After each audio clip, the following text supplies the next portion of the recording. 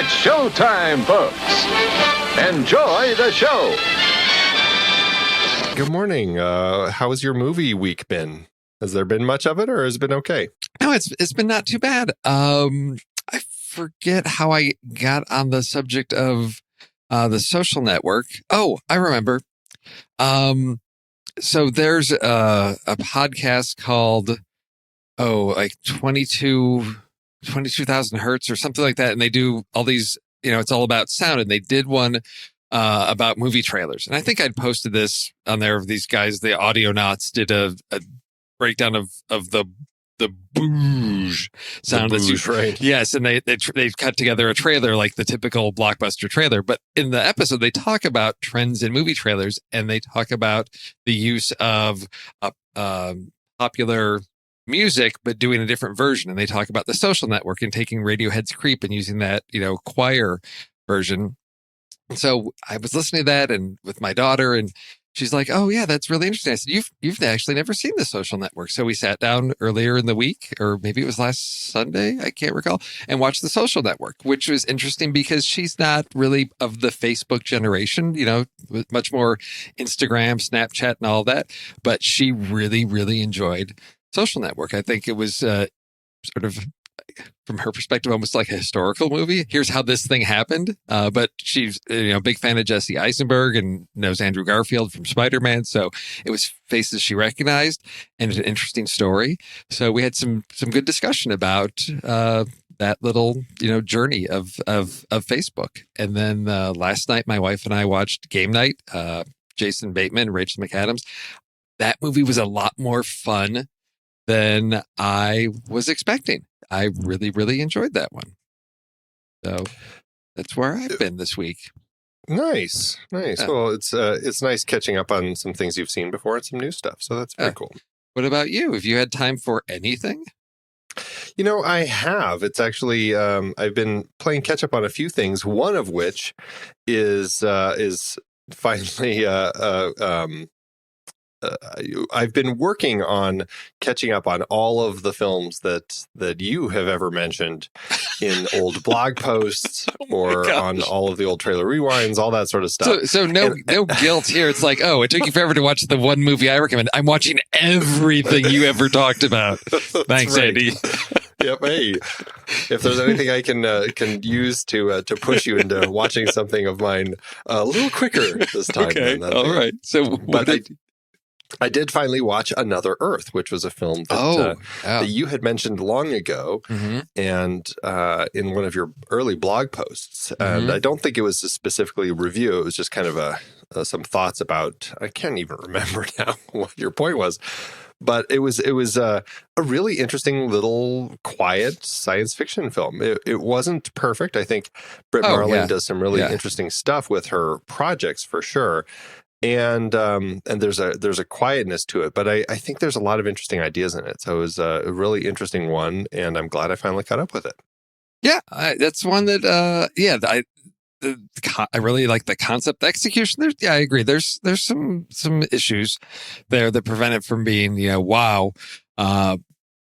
like perfect film, like 5-star. But yeah, well, I'm glad. I think it's a good entry point into what she does, or for people that know her work from just the OA, going into the back catalog, you'll see sort of some common themes of it is sci-fi, but it's not like the hard and heavy sci-fi. It's you can do the sci-fi without a lot of special effects, just in concepts. So glad you got to see that one. Yeah, so I watched that. So I think all I'm left with, other than your latest trailer rewind, which now I've had to add that to my queue because I missed that one. But the other one is Kon-Tiki. So that's my the gosh, only one left that I need to look at. So I'm looking forward to checking that one out because it looks like a really fun one to watch with the family. Oh my gosh! Oh yeah, I think your kids are going to really enjoy that one. Did you ever have to read either that book or excerpts from that in middle school or high school? I never heard of that story until I saw that trailer. Okay. So yeah, I completely missed that whole story. Okay. No, but definitely good family one if it's available streaming out there, I guess. Yeah. I couldn't find it streaming, so I have it in my my DVD queue over at Netflix. So DVD it'll be here soon enough. DVD queue. That's so like 2004, Andy. That's so quaint. So quaint. Hey, I'm helping keep Netflix alive and the postal service. Netflix needs me. Yes. They wouldn't be able to survive without someone like me supporting their DVD service. Awesome. The other thing I've been doing, I've found a new podcast that I've been listening to kind of religiously is 80s All Over, which is a great one I'd recommend to anyone who loves 80s movies. It's two film critics who are basically going through the entire run of the 1980s theatrical releases month by month and re-reviewing everything, basically. How are they finding some of these things? I've got to imagine some of them are challenging. Yeah. Some of them are really challenging, but one way or another, they're tracking everything down. And so I have been, as I've been listening, I'm up into, I just finished 1982. Excuse me. I've been adding stuff to my watch list. Like, oh, that sounds really interesting. Oh, I forgot about that. And all of a sudden I'm like, holy crap, my watch list has just grown like exponentially. I'm like, I'm trying to thin it out. What am I doing? I keep adding stuff to it. So, but there's a lot of stuff that I have been wanting to see and now a lot of new things that I want to check out. So it's good and bad because now it's like, oh, what am I doing? But it's fun. It's a fun podcast to check out. Oh, I'll have to check that out because there are some films that are very much of their time and will feel very dated, and others that I imagine will feel like, oh yeah, the costumes and sets look a little dated, but the story and the concepts are living beyond that decade. And I imagine there's a lot of things that weren't the big award winners or weren't the big box office pictures that are solid 3-4 star films that have been forgotten and overlooked that are probably worth checking out again. Yeah, and I mean there's the positive and negative side of shows like that because people for the two of them who are hosting it who are relatively close in age to my age. Oh, okay. We all kind of share some of that nostalgia for some of these 80s films, and they both gave just heaping praises to Robert Altman's Popeye, and I rewatched that with my son. Oh, okay. Because I'm like, did I forget that was a good one? Because I didn't think it was that great. Yeah. And I rewatched it with my son. And, I do commend Altman and everybody involved for really putting a lot of work into creating a really rich world. I mean, it really was a very cartoon feeling world. But the story was a little weak. And so I didn't love it, but I thought it was pretty interesting.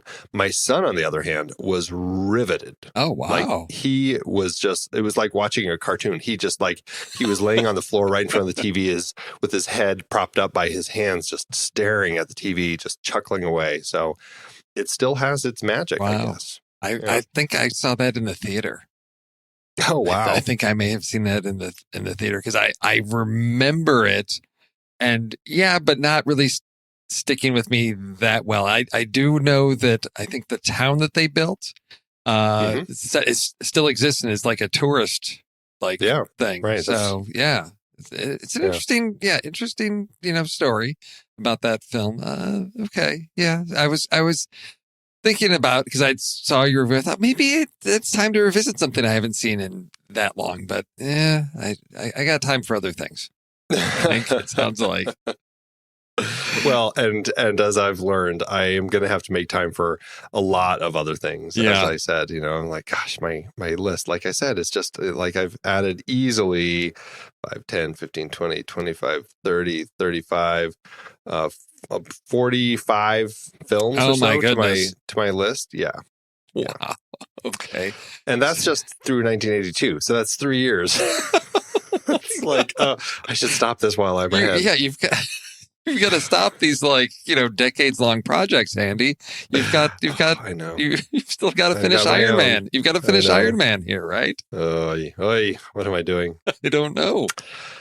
So what other news? I guess we're a week away from Infinity War or from Endgame. Are you feeling ready? I am excited about it. I think I watched just the first trailer, and I know there've been more, and I got the general gist of it, and I think my feeling is with later trailers, they're putting in more stuff that those are the things that I don't need to see. I got the general gist of it.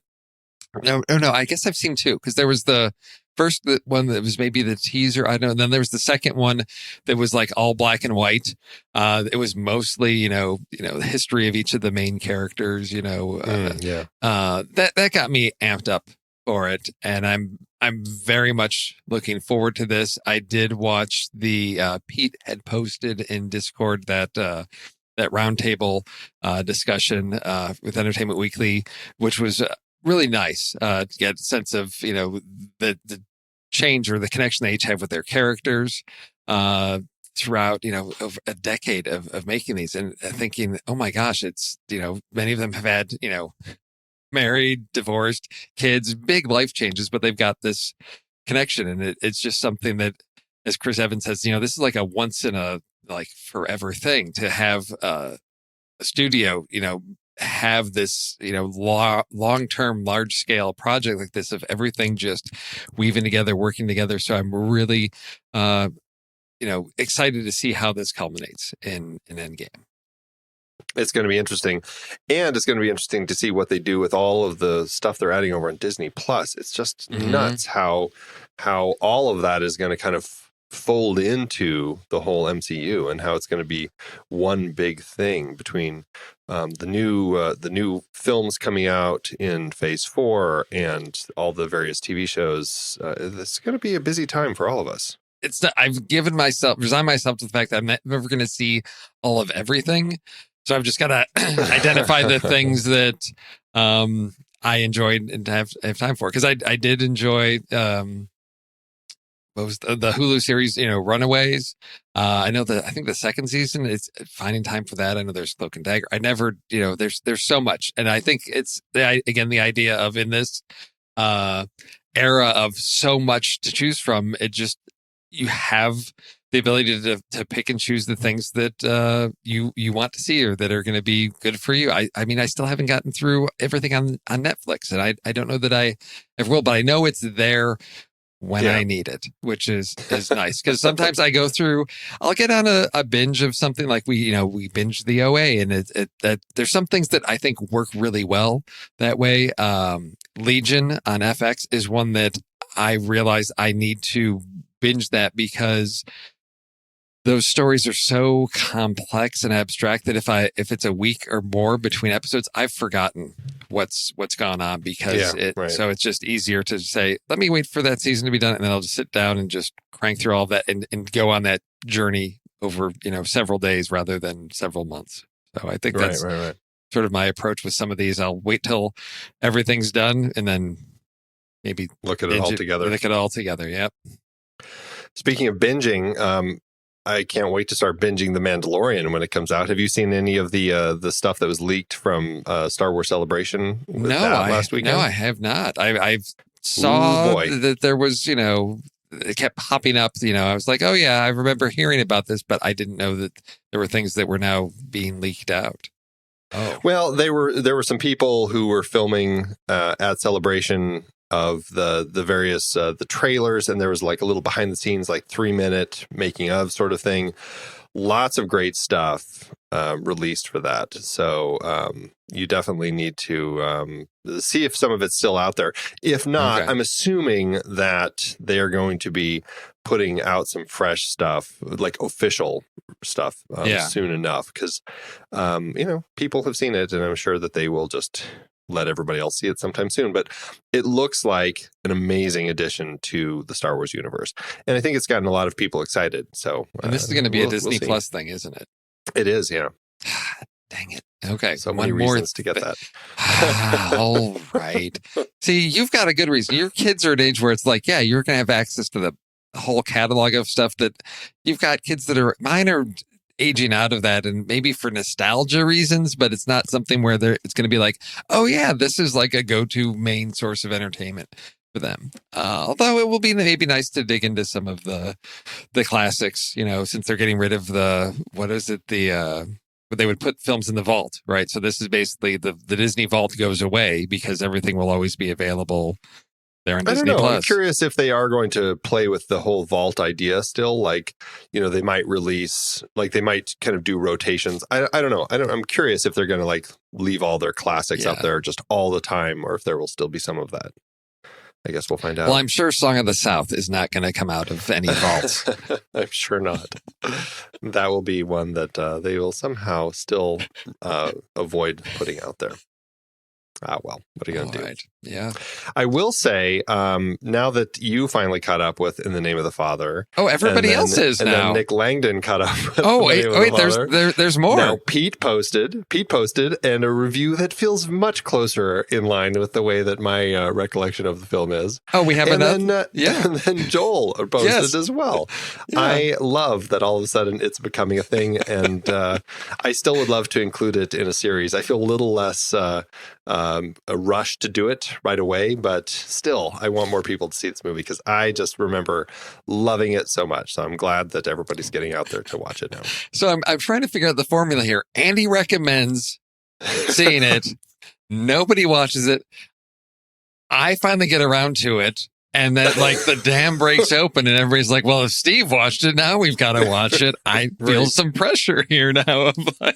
Or maybe it was just the discussion. I guess maybe it was my review and discussion and people needed to weigh in because I think, it's nice to have this type of discussion about something where there's some not great differences of opinion, but, sort of a shorter range of ratings, between Pete's, 4.5. And I think I put it somewhere around 3, and Nick had it at 3.5, and Joel's got it at 4. So yeah, this is what I love about, our listeners and Discord, of being able to have these types of conversations about films like this in a nice structured way, not the cage match that Pete wanted to set up. Well, it's not a cage match, but as Pete said, because he's eavesdropping on us, he said that you are patient zero after all, Steve. So okay, it still all comes back. It to all you. comes back. So when the zombie outbreak happens, I know where it started. That's right. With me watching World War Z 2, that's where it will start. Well, let's do our trailers. I guess you get to go first because you pulled the A24 rule. I pulled the A24. I have to admit, it was sort of slim pickings out there for me trying to find something that, again, I can be, sort of setting up for Trailer Rewind. What's something that is a film that I'm going to want to come back to. Yeah, but you didn't do Tremors, man. That's a series, isn't it? That's a Netflix series? I don't know. But still, I was just so excited that Kevin Bacon was in it. Going back to his roots. Care. Yes, that's a franchise. Yeah, that's a different story altogether. I think I've seen the first 2. I think there's 5 total. I have no idea, but I love that is its own thing. But no, here, A24 bringing something a little bit heavier than Tremors. This is not a story I was familiar with, but apparently what I learned in research for this trailer, which is called Skin. This is based on a documentary about Brian Widner, who was one of the FBI's most sought after white supremacists. And he basically left the organization he was in and underwent 25 tattoo removal surgeries because he's just tatted up, all face, neck, arms, hands, everything. And a lot of these are symbolic, gang or whatever you call it, organization affiliated, have meaning to them. So I guess that documentary inspired a filmmaker to actually tell the full story of this man who was raised by skinheads and white supremacists and meets a woman and basically has a family and decides to get out. And that is not the easiest thing, to pull yourself out of an organization like this. And was, I guess, a short film first called Skin that won the Academy Award for Best Live Action Short in 2019. And that was written and directed by Guy Nativ, I'm going to assume. This is the feature length version of this. And a lot of people are just really impressed with Jamie Bell's performance in this film. And it's a long, long ways off from, being a little dancing boy to being a white supremacist here. And this is just a story that always fascinates me when people are into, deeply pulled into an organization or cult and try to remove themselves from that situation. They have a life transforming event that shifts their whole beliefs and they try to leave. I think is, for me, just a really compelling character piece. And I'm really intrigued to see where this film goes with this. It looks like it's going to be July 26, 2019 release from A24. What do you think? Did you see, weirdly, the short film, or did you know that Guy Nativ did a short film called Skin that is totally unrelated? I thought it was maybe a similar story. I didn't know, because I saw that it was also called Skin and he wanted a live action. So I thought maybe it was similar about white supremacists. Yeah. So I have not seen it. The description is: a small supermarket in a blue-collar town. A black man smiles at a 10-year-old white boy across the checkout aisle. This innocuous moment sends two gangs into a ruthless war that ends with a shocking backlash. Oh, okay. So, yeah, it's a short drama that he did last year and won an Oscar for. Yes, so yeah.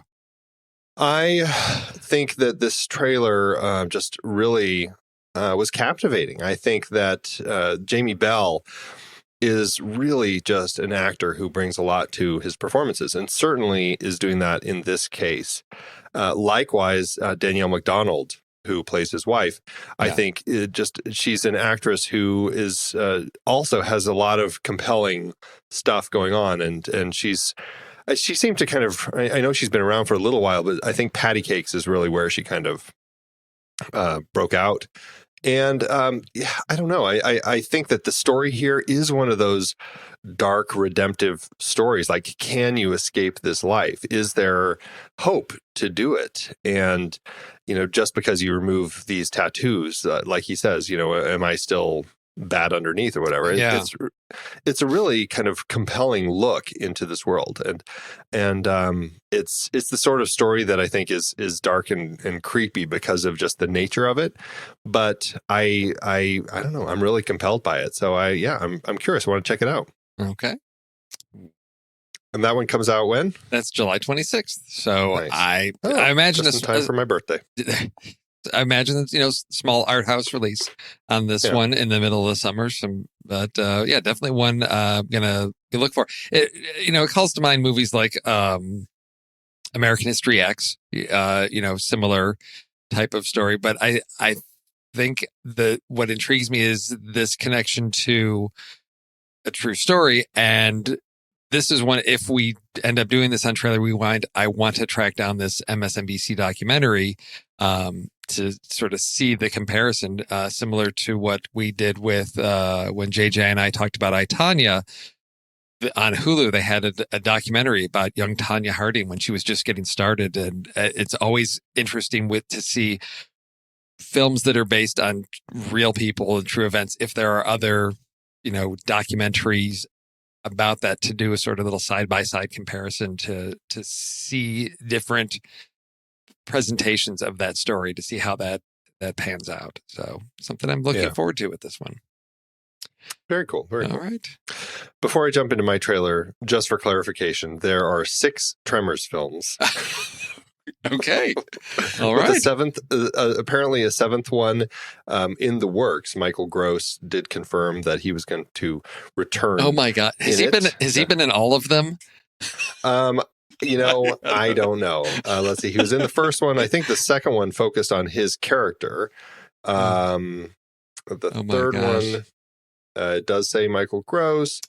The 4th one, Michael Gross. The 5th one, Michael Gross. The 6th one, Michael Gross. Yeah. So he's kind of the continuing thread through all of these. Okay. There was a TV show during Tremors 2 that was called Tremors 2 Aftershocks, The Lost Monsters. That one did end up getting canceled. It never finished getting produced. They started another TV series as a spinoff on Sci-Fi in 2003. It only ran 13 episodes before it got canceled. And then there's this new TV show that you were mentioning with Kevin Bacon. Amazon Prime was moving forward with it, but then it moved to Sci-Fi, and then they shot it all, and then Sci-Fi said that they passed on the pilot, but the trailer is out there. So I don't know if that means it's not going anywhere or what, because it says the trailer was made available. Oh, I wonder if it's never going to get released. Now I'm really curious. So just a little bit. Yeah, who would have thought Michael Gross, finishes up Family Ties and just goes into another just solid franchise with Tremors? Yes. Now I want to do that as a series on the show. I would. That is one. I knowing what you're getting into.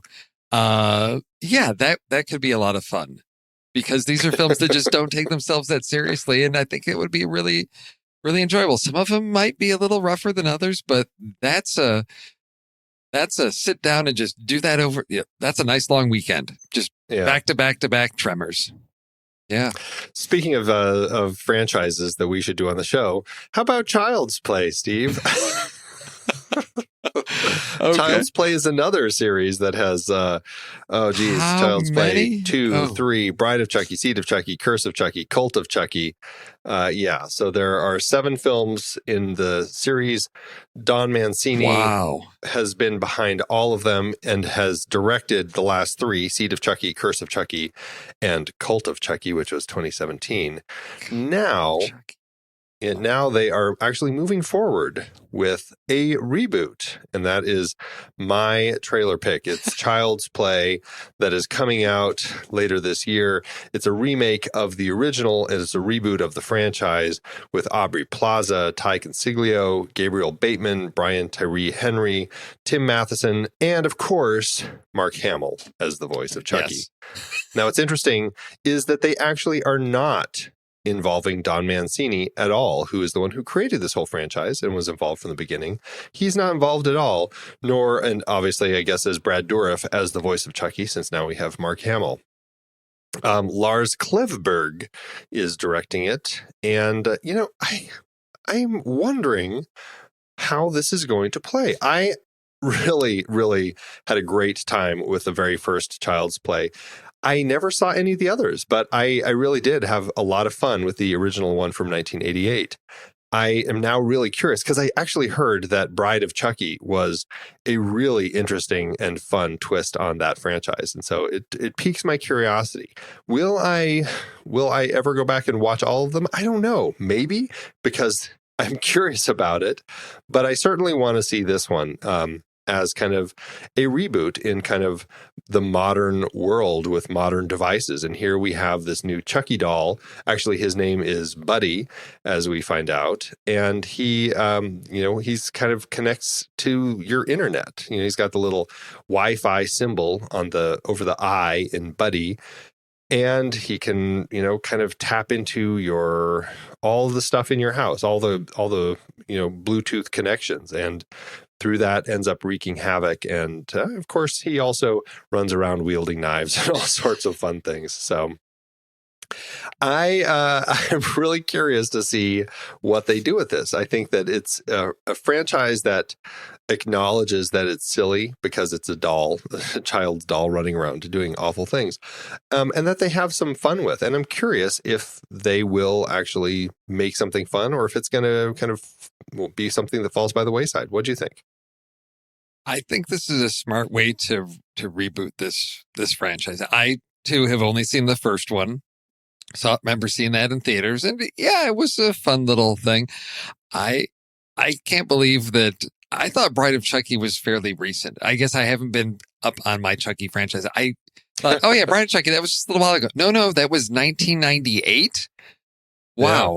Yeah, right. And I just guess I have, lost track of time on this. But I love the concept of updating this and moving away from the whole voodoo spirit of an evil person trapped in the doll to more of a the Internet of Things taking over and AI and the dangers of that. It's a more contemporary, I think, fear of, what happens when all your devices are connected. Well, if one goes awry, then, clearly your entire life is in danger because, everything from your thermostat to drones to everything is interrelated and can kill you. I think this is going to be a lot of fun. I'm looking forward to this maybe launching another little franchise because it is such a fun concept. To see Chucky with his trademark, big knife. For Freddy Krueger's got his finger knives and Chucky's got his big knife. That's they kept that intact, and I think that they're just doing what they need to with a reboot, which is you keep the things that you need and then you reinvent things. And they've done that, I think, perfectly in this. It just looks like it's going to be a lot of fun. You know what you're going to get, from watching this trailer, which I think is the second trailer now, because I think the first one just gave, was more of a teaser. Right, but this one, you're seeing how some of these devices are going to be used against people. And this will be summer fun. I don't know if I'll get out to theaters to see it, but it's one that I'll definitely watch and have a lot of fun with this because I think that, Chucky is just such a fun character. He is. He really is. It's interesting looking at kind of the reviews of the franchise. There was a high mark, I think, for a horror movie set in 1988. 67% was the original. Then it dropped to 40%. Then 23% is really kind of the nadir for the franchise in Child's Play 3. Then it picks up with Bride of Chucky and Seed of Chucky, 46 and 32. And then Curse of Chucky and Cult of Chucky are 83% each on Rotten Tomatoes. Wow. Okay. Yeah. Big jumps for those last two. I'm curious to really kind of revisit all these now and see what I think. But anyway, this film is going to be opening June 21st, so it'll be a little bit of summertime fun. Oh yes, definitely. Yeah. All right. Well, that's it for trailers. Let's should we jump into our lists? Yes, we shall. And when it's two of us, it's always a little bit easier. We're not going to have any double steals. I feel like I've got a little bit more breathing room because there were some I thought, Pete's going to take this one. I know Pete's probably going to have this one on his list. You and me, I think we can work our way through this list. Right. We can. Who wants to go first? Well, so our topic is... So the movie that we were discussing this week is La Berge Español, or The Spanish Apartment, which is about a guy who's on a study abroad and living with a bunch of roommates from all over Europe. And the people have spoken. They wanted us to talk about roommate movies. Yes. I breathed a sigh of relief when I saw that because I thought I'm like, I can do this. This one was easy. And then as I started doing my searches, I realized, and I'm in IMDb, and I'm like, wow, if you had to do TV shows about roommates, we could each have a list of 10 and we'd probably still be fine without crossover. Movies, there were a range of different things and genres that are available. And I tried to keep it to movies where it's not, I guess the roommate relationship is pretty central to the story. It's not just, this person happens to have a roommate that's maybe just a side supporting character. I tried to have it integrated as much to the story and main plot as I could, as the relationship between the roommates, to the best of my ability. So that's, it's not like, they shared a room for one scene and that's it. So that's where I'm going. Okay. So I'm going to start... See, this one might be... I'm going to start with what might be a steal off of your list. And I know we've talked about this, but there's a reason I'm bringing this up. Because this is a movie that has, speaking of TV shows, has now been brought to TVs, and I think it's FX has What We Do in the Shadows as the TV series, but that is my first pick for roommate movies, because when you've got a trio of vampires as roommates, and You've seen this one. It's one of my favorite like dark comedies. They're just I love this so much. Had so much fun with this. Haven't had a chance to see how it's translated to a series, but it's one that I'm really intrigued to see how they convert this into sort of a weekly sitcom with vampires as roommates. But that's my first pick. What We Do in the Shadows. Well, they certainly have the meat for it, considering it's such a funny concept and such great characters. So I am very curious about that as well. I loved it. Great first pick. And I don't have much to add about that one. It's just a fantastic movie and everyone should watch it. Yep. Okay. For my first one, I am, I'm going to go with this one because it's two roommates who go on a road trip. So is it a roommate movie or a road trip movie, Andy? What is it? It's both. Right. I get the pleasure of doing both. It's just an absolutely hilarious movie. It's kind of Jim Carrey at his peak, and Jeff Daniels proving that he can do some comedy, not just some more of the drama stuff. But it's Dumb and Dumber. Oh my goodness, these two guys are so funny together, and it's raunchy. It's a tricky one because there is some really just great humor that is perfect for the family, and then there's a lot of it that's definitely not. And so I actually showed my kids a few select scenes from this movie because I just wanted to introduce them to it because it's so stinking funny. But there's like no way that I'm like I could show them this whole movie. I was like, I'll just do a couple scenes because it's pretty bad. But but God, just watching Jim Carrey and Jeff Daniels together, it's perfect. I think that the two of them just found the perfect way to kind of blend these idiots together. And it's the Farrelly brothers, and they've before screwing up the Oscars by winning Green Book, they had been doing some really clever and R-rated comedy, and I think this was a good example of that. And Harry and Lloyd, I think, are just characters for the ages. So that's my first pick, Dumb and Dumber. Okay, yeah, seen it. It does not hold it, and I think again it's, and I guess it's with the Farrelly brothers. I don't know. I don't always. I guess when a lot of their movies were coming out, it just wasn't a priority. And then it got hyped into this thing. And it's the same issue that I have with Something About Mary, where it was just like, oh my gosh, this is the funniest movie ever made. So I have these like heightened expectations. I'm like, yeah, it was clever. It was funny. And I wasn't caught off guard by the surprise and freshness of it because it like just had heard so many of the jokes or people like, had talked about it and the funny moments. And so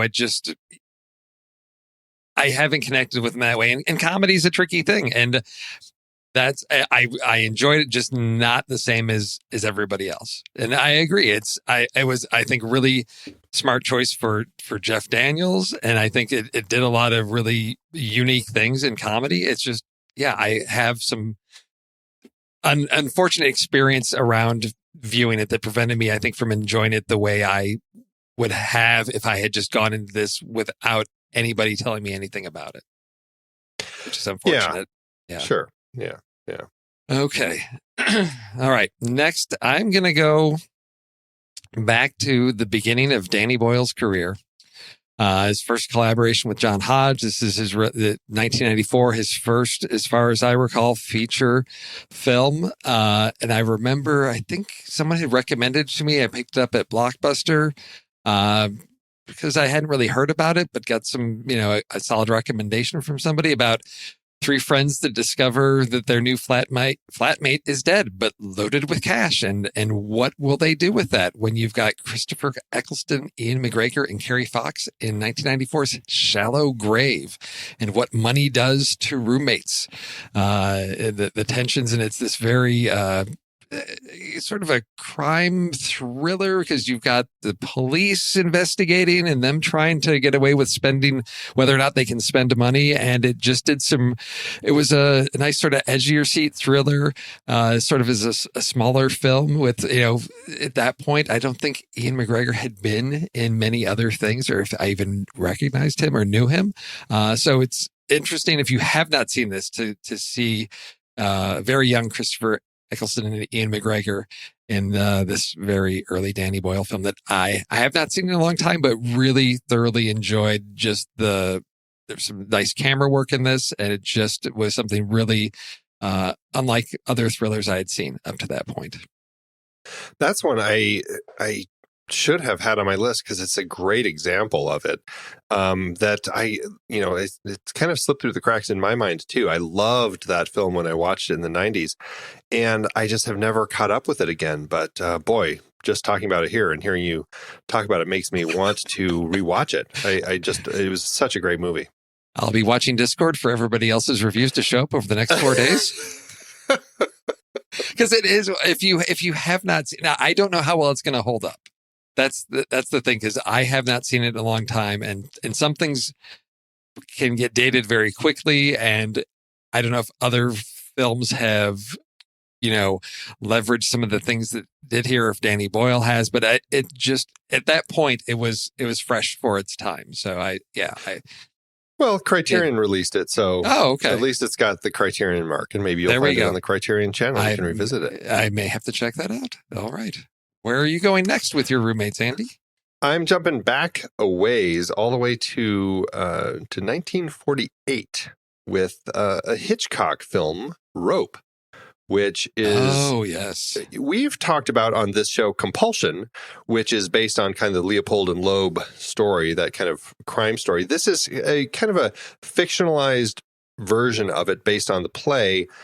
And, it's known, I think, a lot because of the way that Hitchcock shot it, the fact that he really tried to do this to make it feel like the whole thing was shot with one take. Yes.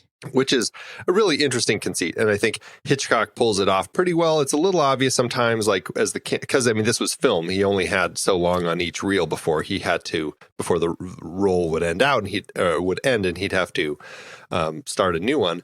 And so he'd make sure at the end of that reel we're ending on somebody's back or on a wall or something. So he had a place to kind of create those cuts. He does a pretty good job of kind of creating that illusion. I think it's pretty nice. But, beyond that, it's the story about these two college guys who strangle their former Harvard classmate, and because it's an intellectual exercise, as they say, they want to prove that they are superior by creating the perfect murder, and so they strangle him, and then they put the body in this chest, and then they have a dinner party, including the victim's father and his aunt, and an old professor of theirs who they pulled this idea from. Not that he ever meant for them to do this, but Jimmy Stewart is that character. And it's a really, really interesting film about kind of this nature of murder and this whole intellectual way of looking at it that is really horrifying when you kind of pull it apart. It's an interesting film. These two roommates are pretty horrifying in the fact that they've done this. And the fact that the whole thing takes place in their apartment in one camera shot is also worth checking out. So that's my second pick, Rope. Oh, yes. I remember I was sort of on a Hitchcock kick back in high school, working at the video store. I had access to, whatever was available on VHS at the time. And so I remember when this got an opportunity to see this, and looking at, knowing that it was this, trying to get it all in one take type of style. And you can see where the breaks are, but there's so many great visuals. The one scene that I remember so well from this is they walk into the kitchen, and it's got that swinging door, and they open the drawer and they drop the rope in, and it basically, as the door is swinging wide back and forth, you can see what's going on in the kitchen. So you sort of get, you see them open the drawer, the drawer in the kitchen, the door swings open, you see them drop the rope in, the door swings back so you don't see them for a second, and then they're walking out. So it was just one of those things where I thought, that's a really interesting way to do this, since you have already established that your camera is fixed. You can't edit, you can't go in for close-ups. So how do you show those things that normally you might want to get in a close-up on something? How do you feature or emphasize something you want the audience to see? And it just, so many innovative things. And again, of course, Jimmy Stewart working with Hitchcock, that's Jimmy Stewart's in a Hitchcock film, I'm all aboard for that. I know that there has been some Discord discussion on was it Man Who Knew Too Much? And it's been so long since I've seen both of those versions. I don't recall which one is my favorite. But this was one that, I want to say it's sort of, I hate to categorize my Hitchcock, but this is sort of like falls in that second tier where a lot of people know the big ones. And this is one that I think people will really enjoy if they haven't gotten around to seeing it, because it is a really interesting concept that these characters are exploring about, the superiority and being able to pull off sort of the perfect crime. Very interesting concept. Well done. Enjoy that. Thank you. All right. What's your final pick? My final pick. There are so many things, and I see Pete has already thrown in his list there on Discord of things. And yeah, there were a couple that I considered and said, no, Pete's going to take those. So I went with something that I think a lot of people may not have seen, because I think it's one that gets overlooked. But back in the late 90s and early 2000s, there was a writer that, for me, I was really, really enjoying his films, and he wrote some really solid films. If you think about movies like Dead Again and Get Shorty and Out of Sight and Minority Report, those are all written by Scott Frank. Well, in 2007, he directed his first film, little film called The Lookout, starring Joseph Gordon-Levitt, Jeff Daniels again. And this is a story of Joseph Gordon-Levitt plays a kid who was like a all-star hockey player. He's involved in a car accident, and he basically has now memory issues. He's got to write down things to remember because his memory's been impacted. And Jeff Daniels plays his roommate, his blind roommate. So you've got a guy that can't remember things and a blind guy, but some guys decide that they want to pull off this crime because they're going to use Joseph Gordon-Levitt, whose character's name is Chris Pratt. So Chris is like a custodian at the bank, and these guys decide they want to use Chris as sort of their inside man to pull off this crime. And it's a really interesting story when you have a character who's got, these memory issues of how he's going to try to get himself out of the situation. How can he turn these tables on these guys when he has trouble remembering things, in the little ways he sets things up to remind himself to remember things. I had so much fun with this. Also, Isla Fisher is sort of the girl that they use to lure Chris into their plan. Just a short film, 98 minutes, but just a really solid, as I recall, thriller done in a really unique way when you've got, your main characters are, have memory issues and a blind character, and how they use that blindness in the stories, some innovative, interesting ways. So if you have not seen it, definitely recommend it. It's not going to be a perfect 5-star movie. I can tell there, some people, you might have some issues with pacing or some other things. It has been a while since I've seen it, but I know I really enjoyed it.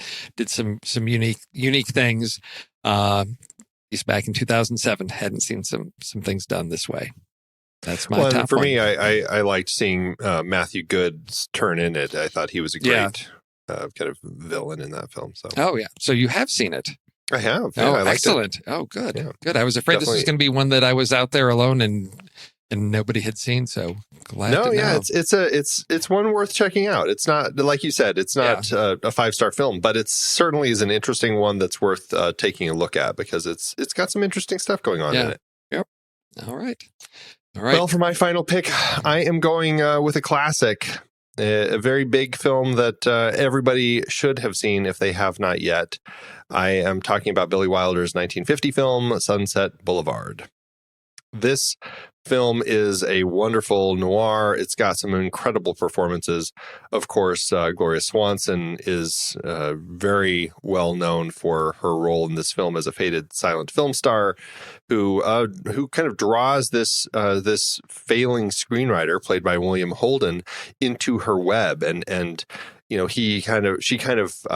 it's kind of happenstance that they come together. But she finds out that he's a writer, and wants to, have him help with this script that she's working on. That's going to be her big return. And so she kind of insists that he move in, and kind of this is the whole roommate angle. And he kind of enters this crazy world of hers with old faded stars coming and playing poker, and just kind of this dark web as she kind of takes over his life. And it turns into a really interesting story, and very much is a noir with kind of murder and femme fatale and all that sort of stuff. It's a wonderfully dark film, and it's a really great take on Hollywood and Los Angeles in 1950. That is my final pick, Sunset Boulevard. Oh my gosh, I love that movie so much. It was one that I had kept reading about as this great classic. And I can't remember when I finally got around to it, but it was probably later, that maybe in college or after.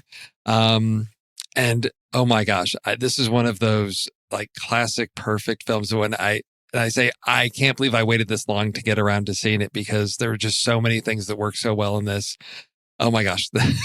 You're right. Those are roommates. Those are not roommates that came to mind, but oh yes, this is definitely one of the great films, and definitely deserves that place. Wow. So, and then of course, we had some, Pete had thrown his out there like you had mentioned, and we had some others. I know I had some others on my list and my backups, but Pete mentioned Ted. And of course, Scott Pilgrim, we've talked about before on the show. Notting Hill, I immediately thought of that when this came to mind, but I just talked about that, so I couldn't bring that one up. But I knew it was going to be, I knew that was going to be a steal probably. And I thought, yes, we've talked about that one, I think several times here. Yes. And then Tootsie, Real Genius, Single White Female, Brian's Song. Those are all the ones from Pete's list. And then I also had In Her Shoes, True Romance, School of Rock, 3 Men and a Baby, Bridesmaids, The Goodbye Girl, and then some others that we talked about, Adaptation and Shaun of the Dead. Do you have any other backups? Because this only came to mind because it was recently, as I think we were discussing Disney Plus and some of the shows that they were going to be developing, and Steve Guttenberg, how can you forget 3 Men and a Baby? How can you forget 3 Men and a Baby as a roommate movie, Andy? How can you forget that? I just said it. Did you? It was on my backups. Was it one of my backups. You went so fast. I know, I did. No, Notting Hill was in there. Yes, discussions in our household. Real Genius and Tootsie also came up. I am ashamed to say, first thing when I said, okay, roommate movies, the first thing that actually came to mind was Single White Female. And I don't really enjoy that movie, but I was like, oh yeah, The Crazy Roommate. That's, all about roommates. I'm like, I got to come up with something else. But and that's when I probably saw it and half paid attention to. So I was like, there's no way I can use that one because I didn't care for it that much, and it's not something, So, all right. Nice. Where do we go next week? We're going to be looking at Russian Dolls, which is not in any way related to the current TV show that is, you're watching that one, right? Finish that. Yeah. No, we binged that over like 3 days. That was... Okay. Yeah. Okay. Oh, yeah. This is of course, the follow-up to L'Auberge Espagnole, following our protagonist 5 years later, as he's now pursuing his dreams of being a writer and realizing it's a lot harder than he thought. He's instead of succeeding as a novelist, he's writing pulp. He's writing a bunch of, I think he had a soap opera, things like that. So there's something that we could probably pull from that, where it's like, your dream job is not the dream you thought it would be, sort of thing. I don't know what that sort of list is going to look like. It's kind of continuing. It's like reconnecting with old relationships. We could do something there. So this is sort of after leaving college, then sort of like first careers type thing. And I guess that maybe gets into that, the vision of like, this is what I'm in college. This is what I want to do with my life. And then the reality of I have to actually like have a job. Is that like where you're going with sort of the dream job is not the dream job? Well, it is his dream job. Like, he wants to be a writer. Okay. He wants to be a writer. Like, that's what the whole first film is. You know, he wants to be a writer, but he's pursuing a career in finance or economics, actually. Oh, okay. And at the end, he, decides he's going to pursue his dream. But now he's realizing that it's a lot harder than he thought, because he's writing pulpy romance novels. He's doing ghost writing. He, I think, works on a cheesy soap opera. So it's like, he's pursuing his dream, but it's like, there's a lot more to it. So I guess it's, I don't know what that is. Like, the realization that it's harder to pursue your dream than you thought. I don't know. I don't know what to. Oh, okay. The dream is not all it's cracked up to be, type of thing. Something like that. Okay. Yeah. All right. We'll have to figure out what to call that. But yeah, I like that idea of like aspiring to this great thing, and it's not as easy. Okay. Right. All right. So we've got the career thing, and then reconnecting with friends later in life. Is that? Is our other one? He's reconnecting with some of the people. In a way, it's kind of like a before trilogy sort of thing. Okay. He's reconnecting with some of the people that he had met when he was roommates with them in the Spanish apartment, the first one. Okay. All right. So reconnecting with old friends. Okay. Yeah. Reconnecting with old friends. I like that one. All right.